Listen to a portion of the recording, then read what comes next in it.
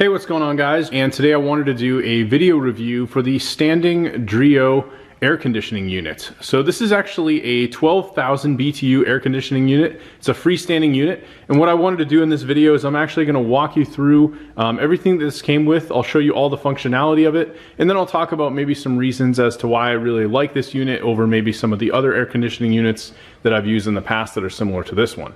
So let's first start with everything that this came with in the box and the actual setup, and then we'll do a demo, and then I'll talk a little bit more about my thoughts.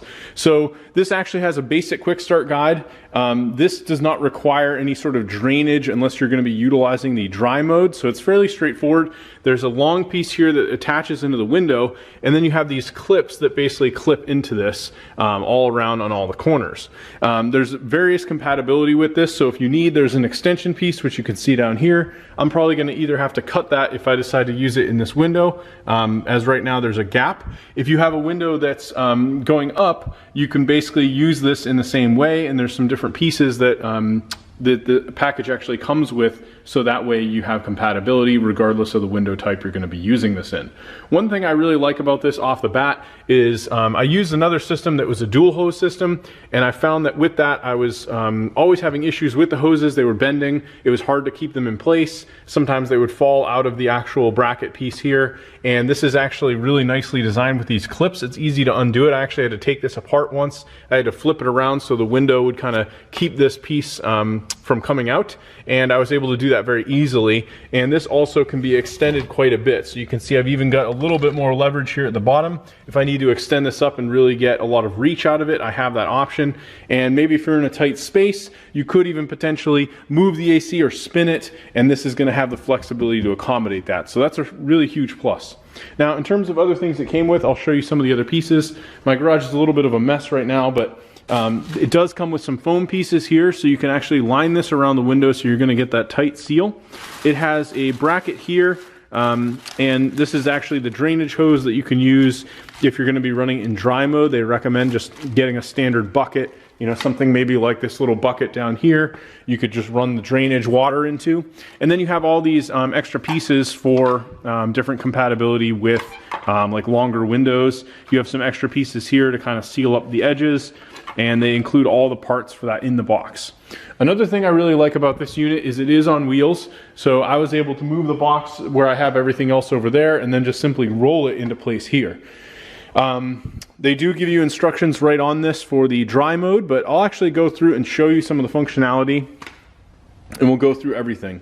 So by default, when you plug this in, and this is kind of a forewarning, there's a little green light here. You may have to hit the reset button to get this to activate, as in my case I actually found that it wasn't powering on, and I just simply had to hit reset to get this to power up. I will also note with power, you may find with something more powerful like this, you want to make sure that you're not on a running this on a circuit that has a lot of other things that are going to be consuming energy, as this is definitely something that will consume a lot. I did find just tinkering with it, it actually flipped one of my adjacent breakers over here. I had to hit the reset. Didn't end up flipping a breaker on the panel, but ultimately this may not be the spot I'm going to end up keeping this in. So we'll end up seeing how that goes, but I think I may just have a little bit too much power running off of this particular breaker. So let's go through it.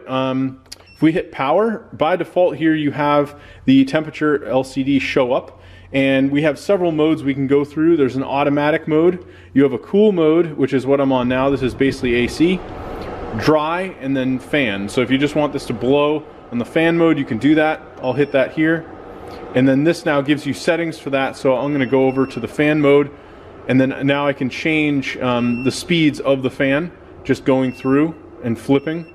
Pretty straightforward. You can raise or lower the temperature if you're in the cooling mode. Since we're on fan, obviously that's not going to work, but you pretty much just set the temperature. You do have a sleep mode here, so if you want to do that, you've got options there, and this will also give you warnings on the filter. You have a timer you can set as well, so if you want to set a specific time. And then you also have the swing, which you can turn on or off. By default, it's going to be on, which as you can see, it just kind of goes up or down. If I hit it in that motion where it is now, it's just going to stop and then stay there. Pretty straightforward. So the other thing with this, and I actually think I left it right over here on this box, there's a really nice remote control that this comes with as well. So it's got a nice large LCD screen. You have power, so I can immediately flip it off. That actually brought it right into the cool mode. and I'll change it back to fan.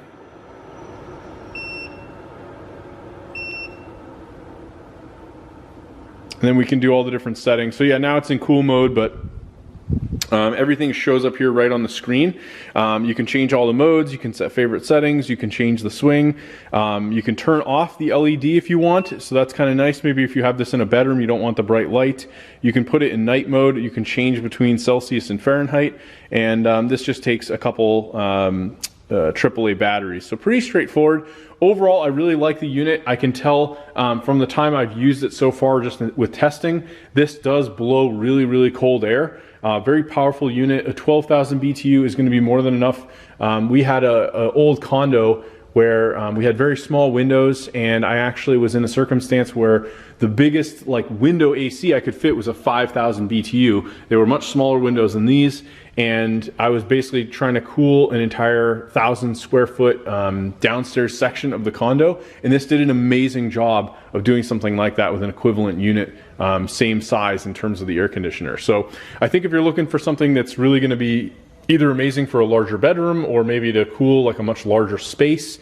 As you can see here, this is actually a finished garage space we kind of use. It's a really amazing large garage space that we have here.